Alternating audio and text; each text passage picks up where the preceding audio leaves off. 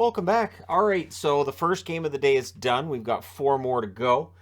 Starting off with the Arizona Coyotes and the Minnesota Wild today, and this ended up being entertaining. And for Minnesota, it probably became a little more entertaining than they wanted it to late in the game.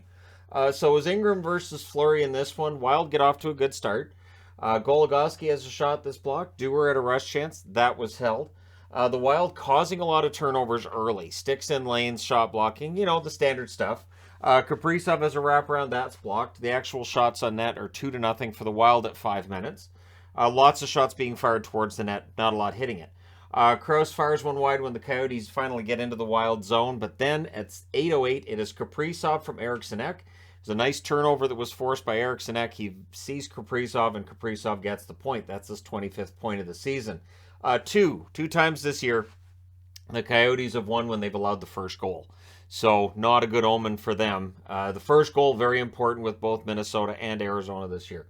Then, with the shots 5-2 at the half in favor of the Wild, they would press with 9 minutes left. Merrill has a shot that's held, and it's all Wild at this point, but it's only 1-0. And that's one of those key things, right? You're getting a lot of shots, but the score's still close. It's still only 1-0.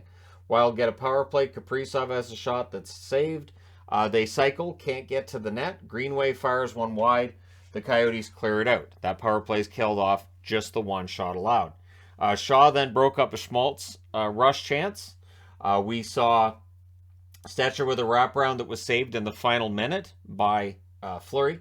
A solid first period for the Wild, but again, they're only up by one after the first. Second period, Chychrun fires one high as the Coyotes had the better start, and the Coyotes would have more shot attempts than Minnesota in the second period. Fleury turned it over early as well, though, but Minnesota recovered there.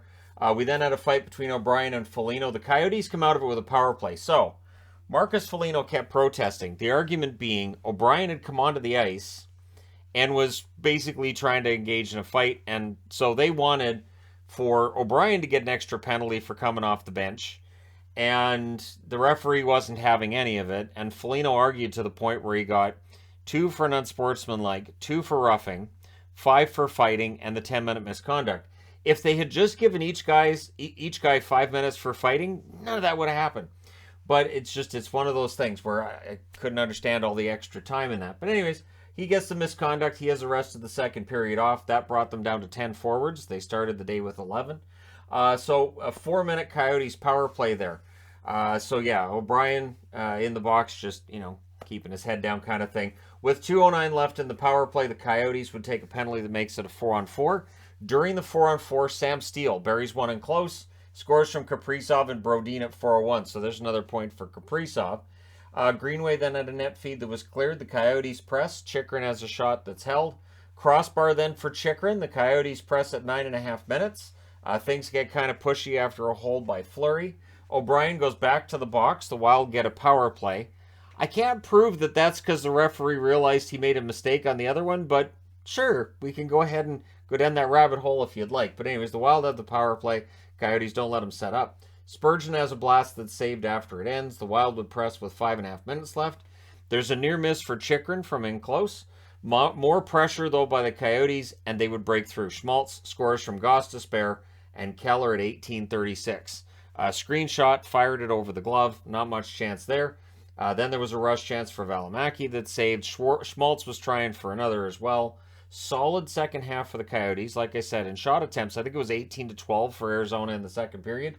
And so, they finish it off, too, with some solid pressure, too. And it's only 2-1 after the second period. Third period, early on, from the point. And I don't think Ingram saw it from the way that he reacted. Spurgeon gets the goal from Middleton and Eriksson Ek at 36 seconds. Again, I don't think Ingram knew where that puck was until it was past him. Wild blocked during a brief press by the Coyotes. The shots are 2-1 for the Coyotes at 3.5 minutes. There's a Krause to Bjugstad near miss. Man, I had Bjorkstrand stuck in my head, couldn't get it out. Bjugstad near miss. Not much room for either team at this point. That would change. Dewar has a net drive that's blocked, but the Wild get a power play. There was a post for Zuccarello, and then Boldy would score. He scores on the power play from Kaprizov and Addison at 6:33. There's Kaprizov on the board again, his third point of the game. And it was a good cycle. Nice play. The shots are 6-3 for the Wild at the half.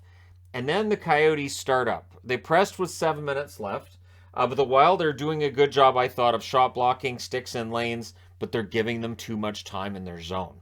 So there's the sitting back that you'll see a team do, and the idea that, well, they're playing solid defense, but eventually a team will find a way. So the Coyotes would press again with around 4 minutes left, and at 16:42, Krause gets a goal from Michelli. The Coyotes then press for another. They'd pull the goaltender with 2 minutes left. Why not? And they scored. At 18:12, it's Mosier from Bugstad and Michelli. So Michelli, a rookie that doesn't get talked about a lot, he's putting up points with Arizona. I think he's been solid. So yeah, it makes it 4-3. This game was far more interesting than it should have been. Goalie pull again with 1 minute and 20 seconds left. Schmaltz has a shot that's blocked. The Wild were guilty of an icing with 53 seconds left. I think it was Greenway going for the empty net there. Coyotes do call a timeout. They had some pressure late, but Minnesota holds on by the skin of their teeth. They win 4-3 in this one. They go to 10-9-2 with the win.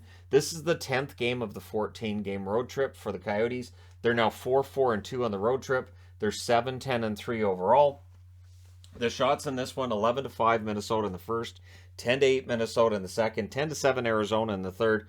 Final shots: 28-23 for the Wild. Power plays: Arizona 0 for 2, Minnesota 1 for 3. The hits: 22-14 for Minnesota.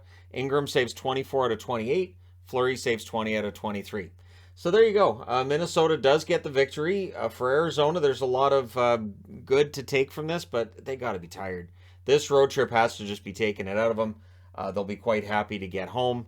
It's not, they're not going to be home for a while, but 4 more games. They're well past the halfway mark of this road trip, and it's been impressive how well Arizona's held up, but they do take the loss today, and so we'll see what happens from here. Let me know your thoughts in the comment section below as always.